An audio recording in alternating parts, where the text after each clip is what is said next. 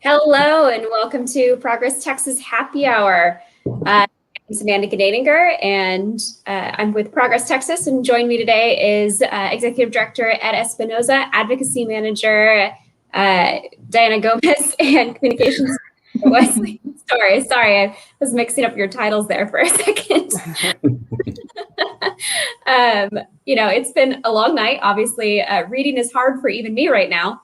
So after a very long night, what's in your coffee mug today? Is it a cocktail or a coffee? Ed, let's start with you. What was my coffee mug was plenty of caffeine. What I wish was in my coffee mug was I could Irish it up and put in some whiskey. But I got a trail race tomorrow, so not really drinking right now. But in my heart, there's whiskey in my coffee right now. All the time, actually, but especially. Yes, is that your drink of choice after a week like this? Yes, just line them up. Just line them up. Dan, I know you're drinking out of a coffee mug. What's in your cup, or what do you wish was in yours?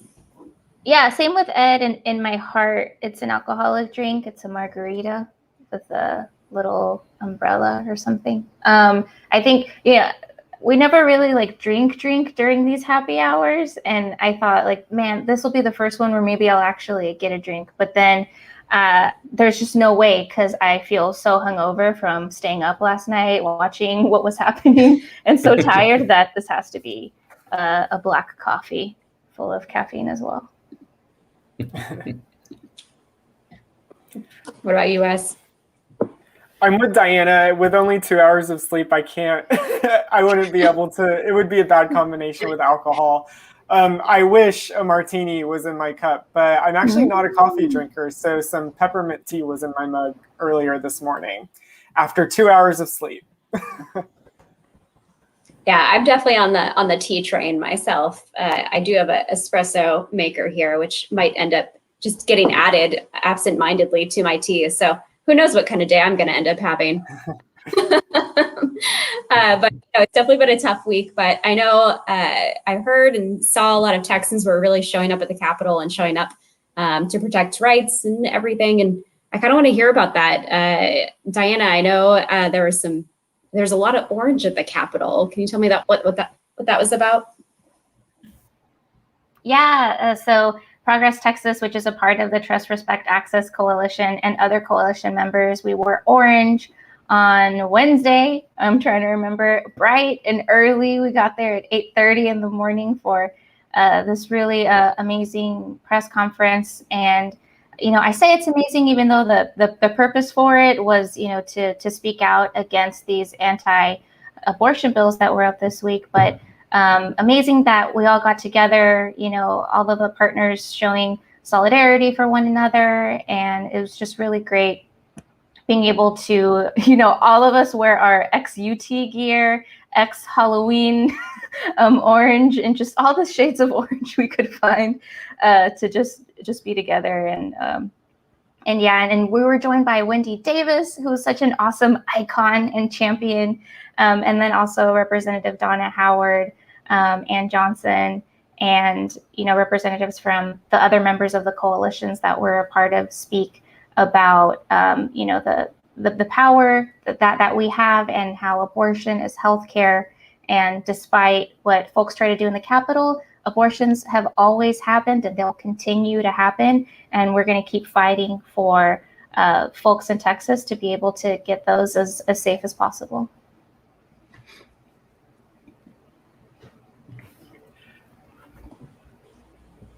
Go ahead, Wesley. Yeah.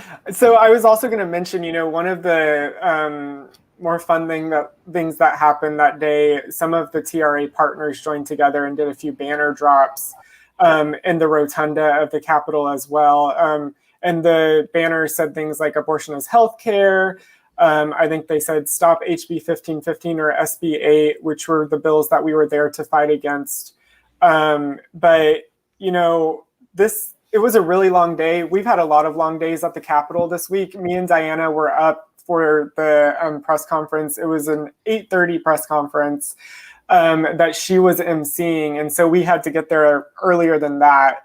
But we were really happy with the turnout. And it's just clear how many folks care about this issue. And the fact that people are willing to come out that early in the morning, you know, to fight against our rights or fight for and fight to protect our rights. And then we didn't even end up hearing the bill. It wasn't on the House floor until like 3 p.m. that day, Diana. The reason we had the press conference early is because we were told it was going to come up earlier in the day. And by this point, we should know that that's never the case. What you're told is going to happen never actually happens.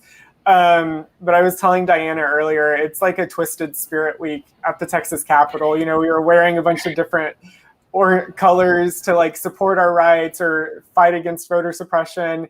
But instead of a homecoming celebration at the end, it's not what you want. You get your rights taken away. A twisted spirit week. I think that one of the things that is heartening to see is that people forget we're still in a pandemic. And I don't know if you know this, but the Texas legislature, not entirely a safe place to be during the pandemic. They just voted to remove mask mandates at the Capitol this past week or two. Not everybody is vaccinated yet. But the fact that people who are vaccinated and are wearing masks are still showing up to show their support, being as safe as they possibly can, understanding that there's still some risk, but also realizing that there's risk in these bills passing and that we can't just stand idly by and do something. And Diana and Wesley being there day in and day out, surrounded by other groups and activists that have shown up, has been heartwarming to see in an otherwise cold session.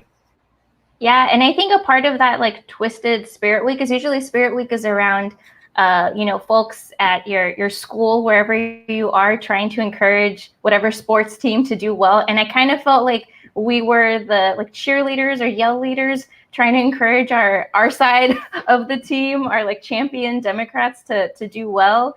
And I feel like you were saying, there are a lot of folks in there that aren't wearing masks and they're acting dangerously. So I felt like when we would go inside the Capitol, you could spot the cheerleaders of the other members of the team unmasked and wearing weird shirts that had, really weird stuff on them. Weird shirts. Yeah, like there were folks that were like, come and take it with Confederate flags. And just a note to stay away from them. But since we were wearing orange, we could easily identify other people wearing orange and just nod and say, "Hey, friend," and sit next to them. Versus other folks wearing. By the way, like, do you guys know the story of why the abortion rights movement uses orange in Texas? I really don't. I don't. I'd love to know. Yeah. So back in 2013, when I think it was HB2 back then, which was the one of the first big assaults on abortion rights. That was the year of the Wendy Davis filibuster and all the activism around the Capitol. A lot of Planned Parenthood called up a T-shirt maker here in Austin and said, "I need 1,000 T-shirts in different sizes right away, and I need them in pink." And the local T-shirt maker said, "Look, if you want them right away, the best I can get you is burnt orange." Oh my God. So she said, "We're going with orange." So that was all like Yvonne Gutierrez and Planned Parenthood and Bill Kelly. All of them just like not letting the perfect be the enemy of the good. And ever since then, it is orange has been the banner of our movement.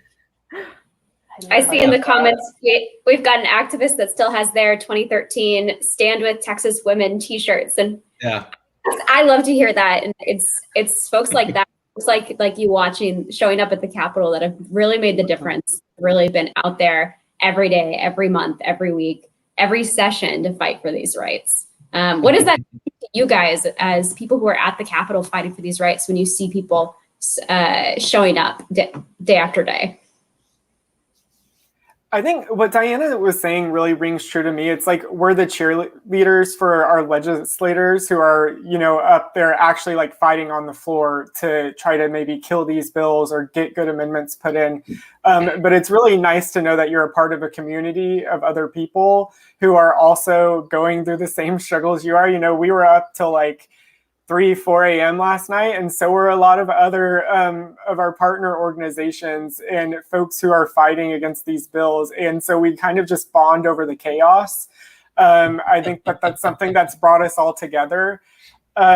Yesterday specifically, I'm thinking of the Mean Girls quote where it's like, on Wednesdays we wear pink or whatever. On Wednesday we wore orange. And then yesterday on Thursday we wore black. And that was in opposition to the different voter suppression bills that were being heard, specifically Senate Bill 7/HB 6. But we literally did cheer on our lawmakers as they were walking into the House chamber. We all gathered outside of the House chamber with signs. And we call on lawmakers to fight the voter suppression bills. But there were a lot of the Democratic lawmakers who walked by and took pictures with us, and we cheered as they walked on because we knew that they were basically going into battle. And so we wanted to encourage them on their way. And on top of that, it really is like a community. So a lot of the different organizations will bring in food. I know that James Tallarico's office yesterday was really popular. It was like the home base for a lot of the different voting rights activists. There was coffee and food. The legislators tend to take care of us because they know that we're fighting the good fight right along with them. One thing that you talked about, Wesley, and by the way, bonding through the chaos, I think is a very accurate way to kind of describe what we're going through this week, is that the legislators have said to us in the past, specifically Aaron Zwiener from Hayes County and Michelle Beckley from Denton, have both said that, knowing that there are people out there who have their back, when you've got progressives and Democrats who are in the minority, which, by the way, they're only a minority by 8 seats in this legislature. The Republicans are governing like they have an 80-seat majority, which of course they do not. But for those legislators to know that we've got their back really is empowering, when they're just trudging through the night and trying to, and it literally is through the night. Last night, how late did you guys go last night? Was it 3:30 in the morning, 4 o'clock? It was really late, right? Yeah, around so that time. When they're trudging through the night and they need a little bit extra to know that people have their back, like, staff like Wesley and Diana being there, and then Amanda and myself kind of being in satellite facilities, kind of like a air traffic control, is one thing. But seeing the activists and the people who really believe in these issues also show up is incredibly empowering for those legislators. I'd say another thing too, sort of like what Wesley was saying, that it's really great finding community and being out there. And like what you were saying, Ed, that a lot of our champions really like having us there for support, right? For backup, knowing that they're not alone. And it's really great for me, especially this is my first legislative session, to be so passionate about a lot of issues and know that, we're not alone. There are other people there fighting with us in the trenches, both legislators and both other activists too. But I think something that's so powerful and important too is having us there on the ground, able to let people know what's going on, because like a lot of you have mentioned in the past, a lot of this process is very complicated. It's so complicated for us too, and it seems so inaccessible. And a lot of these voter suppression bills have, specifically SB 7, they've tried to push it through in the middle of the night. Like, this isn't the first time that this bill has advanced so late. And the fact is that they don't want people to see what they're doing. They're trying to keep the public away. And so being able to be in there, to record videos, to take pictures, to report back to people, let them know, hey, this is what they're doing. Election season's coming up again. We got to remember what's happening. And we got to make sure that, like you said, Ed, 8-seat gap gets smaller and smaller. I completely agree, Diana. I think the cheering on the legislators is one part of it, but the accountability piece is so important, because there are so many things that we wouldn't know about if there weren't activists on the ground at the Capitol watching it happen and then informing the rest of the public about it. I also, what you mentioned about community, Diana, just to use a metaphor, I think of it kind of like a sports team. So, the lawmakers can look up into the gallery and they see, oh, my team's colors are across the Capitol. Like everyone's wearing orange. They're here to support abortion rights, and that's what I'm fighting for on the House floor. I think that when you have everyday Texans, not just like the regular people who are at the Capitol all the time because they're a part of it, as I'd mentioned, like people like me and Diana, we get paid to do this work. But when you actually have regular Texans come out, it means a lot to them because they see that people are paying attention. I have a funny story. We get so mired into the teams and the support and like the things that we're used to inside the Capitol that sometimes when we leave the Capitol, we bring that with us. And I remember one time I was leaving the Capitol, I was going down Congress, and there was a dude wearing an orange shirt, and I was like, yeah. Well, it was a Cincinnati Bengals shirt. It had nothing to do with anything at the Capitol. And I was like, right. Not from Ohio. Carry on. Yeah, I'd like to kind of talk a little bit about the bills here as well. So it seems kind of appropriate that the colors this week were orange and black, considering we had the Franken Bill, Halloween Franken Bill, getting resurrected as a zombie and getting the lightning struck and resurrected. Can you guys walk me through kind of like what kind of happened? What happened last night with that bill exactly? And what are poos? What are those? What are those POOs that I keep seeing in chats? So I can give a little bit of, I think actually we have to go back a little bit to talk about Senate Bill 7, which is the omnibus voter suppression bill. And we've talked about this, I think, last week when it happened as well.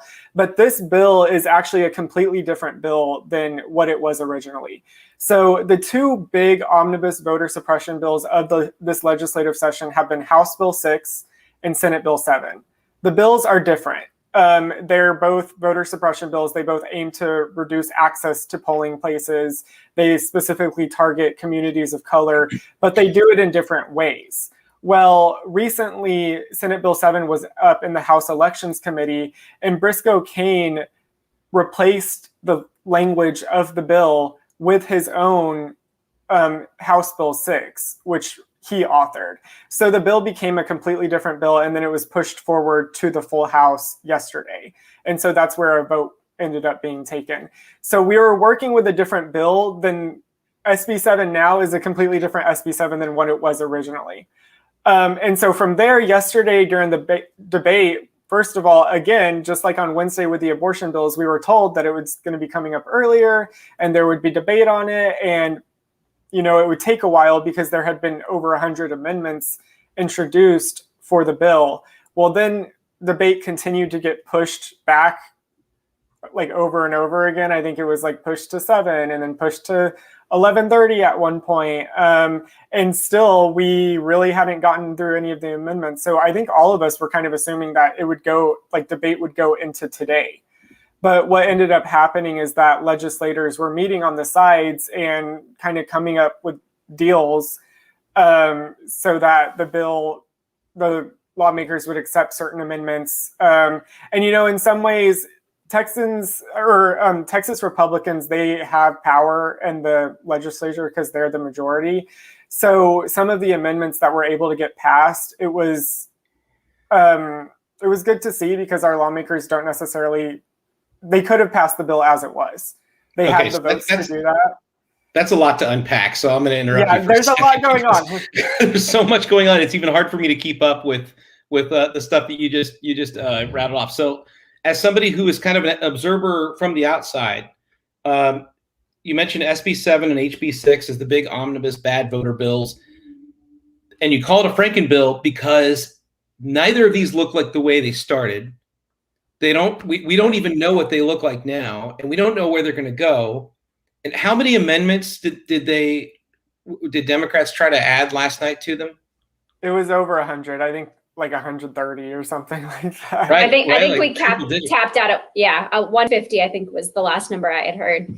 Yeah. And here's the thing: like Democrats added the amendments and couldn't keep up. So the Republicans don't know what's in it, and it's their bill, and yet they're still trying to push this thing through no matter what. And there was one case of voter fraud in Texas last year, and it hasn't even been a conviction yet. It's why it's an accused case of voter fraud, and all of the antics they've done to try and ram this thing through have just been really unprecedented at the legislature, right? And like Wesley and Diana, you've seen this stuff up front. Like some of the stuff they did to push it through is, I mean, tell us a little bit about some of those things. I think one of those things is the both hilariousness and terror, which is very Halloween Franken on theme, of having Briscoe Cain carry this whole thing through. It's just like he's fumbling with the ball here, and it's the worst ball ever. From, you know, calling himself a parliamentarian guru and messing up a committee hearing when this bill was being heard, to many times not knowing what was, you know, in the bill. I feel like, you know, that was, you know, definitely something very odd and weird to witness. Even last night, as, you know, a lot of our Democratic champions are pointing out on how discriminatory this bill is, you know, don't you know these parts? And he just responds with, you know, that would be so bad. No, I would never mean to do anything like that. I think, to me, that was just so odd. Were you guys in the House gallery when Raphael and Shia was grilling him yesterday? I don't think so, no. I think we were watching online. We're watching, yeah. Well, either way, still a pretty good story, right? I mean, you guys followed this debate so closely, so I'll defer to you all to talk a little bit more about it. But, I mean, Representative Anchia really came in and gave him the what for. Yeah. I'm curious what it was like in the moment for y'all. You know, we hear and we see Cain calling himself a constitutional law nerd without really appreciating the history of what the constitutional law does and has done to the vote of people of color. Wes, Diana, do you guys have other thoughts about, you know, what was that language Anchia was pointing to? Yeah, so Anchia was talking about the history of, I don't know the exact term, so you might have to let me know, Amanda, but he was pointing to the history of the language in the bill and how in the past, you know, that language has specifically been used against people of color to limit their ability to vote in our state. It's language involving purity, which is like super racist, has a super racist past. And Briscoe Cain had it in his bill. And he actually asked Briscoe Cain if he was aware of the history. And Cain claimed that he wasn't. But we know that he was, because there were people who testified in his committee about the language of the bill and about its racist history. So he was aware of it, and he chose to keep it in the bill anyways. And Raphael and Shia just pointed that out and spoke at length about the history of like Jim Crow in Texas and how that language and these types of laws have been used to suppress the vote of people of color, folks who have historically been marginalized and told and kept away from our democratic processes. And so it was a very powerful moment. And I think that a lot of our partner organizations, we were posting about it as we were happening, and we're like, this is amazing. Like, I'm glad that he's holding his feet to the fire and pointing this out, because I think they don't like to hear about these types of things. You know, when people bring this up, Republicans tend to be like, oh, this is nothing about race. Like, it's all about election integrity. But we know that this is about race. This bill is about limiting people's access to the polling places. And we know that it's people of color, people with disabilities. Those are the folks that are going to be most impacted by this legislation. And the phrase specifically that he was referring to is purity of the ballot box. Yeah. Purity of the ballot box, which has that historic phrasing, which I'll be honest, I had not heard of it before. I also didn't grow up in Texas. But apparently, if you've been involved in Texas politics for as long as these legislators have, you better know that term, because it has a long history to it.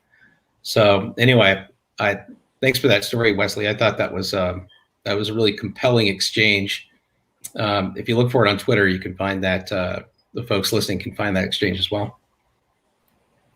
Yeah, and I just want to like emphasize that point you brought up, Wesley, is that this is this is about race, and I think Anchia making that connection was so important for us and as Texans not to forget about that, and about the racist history of the state, and the fact that this bill is trying to continue it and intensify it. Because in this last election, we saw people of color across the state turn out in huge numbers. There was so much power to that, and it was so amazing and beautiful, and Republicans saw it and they are scared. And that's why they're creating this right now. They want to suppress our vote, is because they're scared. They want to, like, you know, y'all said the word purity was used on purpose. They want to shut down our vote and put as many obstacles in our way as possible.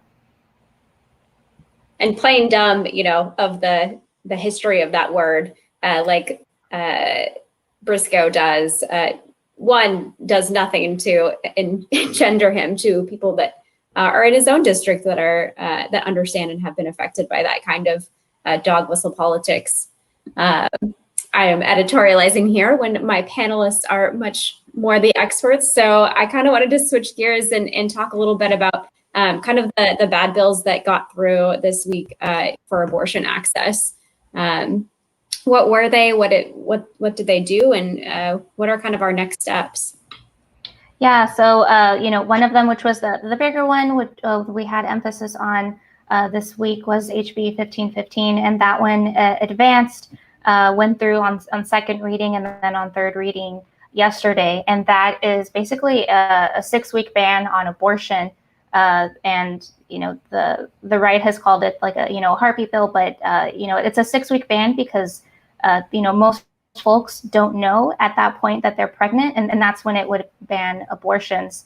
There was a provision in it, which was just, you know, terrible at the onset, that made it so that, you know, anyone can sue someone who has helped someone attain an abortion, even someone outside of Texas. You know, that's still in there, but the even more terrifying part was that this would also include a person's rapist. What's you know, a little more tricky and complicated is that there was an amendment added to say that no, a rapist couldn't sue and reap a reward. But, you know, I know Wesley brought up earlier this week is how would someone be able to prove that, right? Like, a lot of folks don't believe survivors. Does a rape have to be convicted? It's very complicated. And at the end of the day, you know, we conducted polling as a part of Trust, Respect, Access Coalition. They conducted some polling showing that most Texans were against these frivolous lawsuits. Having someone from outside of the state have no standing, first of all, and sue someone who helped someone get an abortion is just ridiculous. But that advanced. And I think, you know, something that's happened is that in states across the country that have passed bills like this, they've been met with lawsuits. Why? Because it's unconstitutional. Roe versus Wade is a law of the land. So this will also be met with lawsuits as well if passed. And again, gosh, such a waste of time and money for Texans that, you know, not just right now, but then also later in lawsuits. We've got a messed up energy grid. You know, we're still in a pandemic, in a panini, as people call it. Come on. We're still in a panini. Yes. They pushed back the energy bill this week so that they could get through the abortion bill and the voting rights bill. Two things that nobody's asking for. And one of the biggest things they want is some reform of the energy grid. And like, oh yeah, we'll get to that later. Like, it's so bass backwards, and it's incredibly frustrating because it seems like it's always the case over there. But even now, when like things are more critical than they've been in years, they're still ignoring it. You know, it's like muscle memory for these guys. They just can't stop the bad habits. And, you know, they only have a few weeks left. The legislative session ends on the last day of May, and they can't, I mean, they can call a special session, but that's the last day for them to get all of this done. One thing I'll just very quickly add, I know I get too in the weeds sometimes, so I'll try to avoid that. But what was voted out of the House this week was specifically, it was HB 1515 is the language of the bill, but it was Senate Bill 8. and it was out of the House. So that means that from here, it'll go to a conference committee and some of the amendments will get discussed, but it's actually very close to being signed by the governor because it's already made it through the Senate and everything else. So it was the Senate version of the 6-week abortion ban. I actually want to pull you back into the weeds for a second and ask you about your expertise, because Amanda mentioned at the top of the show about POOs, point of orders, POOs, and point of orders being a parliamentary action that can make a big difference in all of this stuff. And you mentioned there's only 3 weeks left in the ledge session, and point of orders and timing in general becomes really important at this point. Tell us a little bit more about how that works, and maybe, I don't know if we have time to get into chubbing. That might be another show. I was going to ask about that. Oh, God. Yeah, we can do that next week. Next week, we'll talk about chubbing. So you're right, Ed. Actually, a thing. You're right. It's a parliamentary action, and it points out a violation of either House rules or Senate rules, I believe. And so it's the House Speaker's job to determine whether or not it actually breaks those rules. If they decide if the point of order is overruled, then it's business as usual, and they just go back to debate over the bill. But if the Speaker agrees that the bill is in violation of a certain rule, then the point of order is sustained, and that can delay the passage of a bill. Sometimes it can even kill a bill. Most often, I think that it might send it back to the committee for them to discuss a little bit more and maybe fix whatever the error is in the legislation. And so yesterday, for example, during the debate over Senate Bill 7, which is the voter suppression bill, there was a point of order called, and it was an over 2-hour point of order. Like, they discussed and went back and forth in conversation, and a lot of us were wondering, like, oh, is this bill going to be sent back to committee? Because that'd be amazing. The point of order ended up being withdrawn, and I think that has to do just with negotiations. I think that the bill would have came back to the House anyways. They could have just fixed whatever the point of order was pointing out, and so it would have been back. And so I think that maybe behind the scenes, there were some decisions that were made in the best interest of Texans by the Democratic lawmakers who had to consider, like, what the best course of action to take from there would be. A point of order, and you mentioned last night was 2 hours. I mean, it's really weird because, like, when you're watching the live stream, all of the mics go silent, and you see the elected officials converge around the desks at the front of the legislature, around the dais. And you know, the longest one I remember, it was when they were debating campus carry, which was, like, I can't remember if it was 2015 or 2017. And Trey Martinez-Fisher called a point of order, and it went for like 4 hours. And I don't know well enough how that could possibly drag something out. I mean, are they just kind of like pointing at each other, or are they referring to books? Or I don't know what they're doing. But as a procedural move, it can really drag things out. And I think what's really unique about this is, correct me if I'm wrong, the Texas legislature doesn't use Robert's rules, right? Don't they use a different form or procedure? The book that I've seen is the Brady's House Rules. I know. Maybe I'm getting too into the weeds now. But yeah, there's definitely a set of precedents and written rules that both chambers have to follow. But they're often known, like these points of orders are kind of known as surefire ways to kill a bill if you know it's going to be sustained. And a lot of the time, what I've heard too is that if they see something wrong with a bill that they don't like earlier on in the process, they won't say anything about it in committee because they think, oh, we can call a point of order later on when it gets to the House and just destroy the bill. And so they don't even point out those errors, which I think is fun. Nice. Yeah, so there's definitely, a lot of ways to kill a bill, but with a lot of these Franken bills and these zombie bills, I think we've got to hire Van Helsing or something to come out and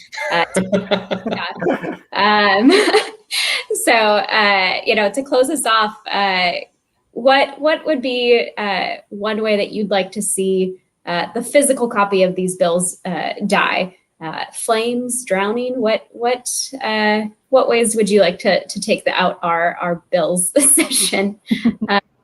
Diana, you wanna start us off? I haven't seen the latest movie version of it, but when I think of like kill, I think of that phrase "finish him," which comes from Mortal Kombat. So I would imagine just like it being one of the things on the screen that someone's like finishing. What about you, Ed? Oh, I think I'd like to see it suffer in the freezing cold the way a lot of us did, the way we're trying to fix from that happening again, but we don't have time because of it. I would like to see a winter storm engulf the bills and then freeze them so they can shatter into pieces. And Wes, what's creative killing strategy before we close out today? So we started off talking about all the friends and the community we've made. I'd love for us to all just come together, have a big bonfire, and watch the bills burn in that big bonfire. Dig it. Yeah. So we've got video games, we've got freeze, and we've got the heat. So hopefully one of those strategies is going to work this session to kill all these terrible bills. But in the meantime, thank you so much for joining us, everyone who's listening. You could subscribe and listen to us on your favorite podcast app. And thanks so much for watching. Head over to progresstexas.org to follow us on social and sign up for updates. Thanks so much for joining. Have a good weekend, everybody, and get some sleep.